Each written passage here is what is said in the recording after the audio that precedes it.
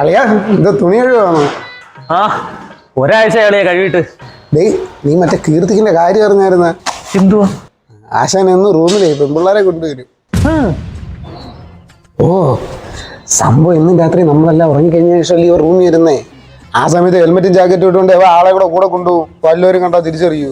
അപ്പൊ എന്റെ ജാക്കറ്റ് എന്ന് വാങ്ങിച്ചോണ്ട് പോണ ഇതിനായിരുന്നല്ലേ? ഇന്നിപ്പോ നീ ഇതെങ്ങനെ അറിഞ്ഞേ? സംഭവം രാത്രി ഞാൻ ഒരു ദിവസം പടം കൊണ്ടുകൊണ്ടിരുന്നപ്പോഴേ ആളെ വിളിച്ചോണ്ട് റൂമിനകത്തോട്ട് വന്ന് നൈസിരി ഞാനങ്ങ് തൂക്കി. സ്ഥിരം ഒരു പെണ്ണിനെ ആണെന്നുണ്ടെങ്കിൽ കുഴപ്പമില്ലേ, ഇതിപ്പോ ഓരോ ദിവസം ഓരോ പെണ്ണാ. അവന്റെ യോഗമാണ് യോഗം. നമുക്കൊന്നും പേരിന് പോലും ഒന്നും കിട്ടുന്നില്ല. ഓ കഴിഞ്ഞ ആഴ്ച രമ്യായിരുന്നു, അതിന്റെ അങ്ങേ ആഴ്ച രേഷ്മ, പിന്നെ അഖില, വിമല, സുമല, അങ്ങനെ എത്ര പെണ്ണുങ്ങളാണെന്നറിയാം.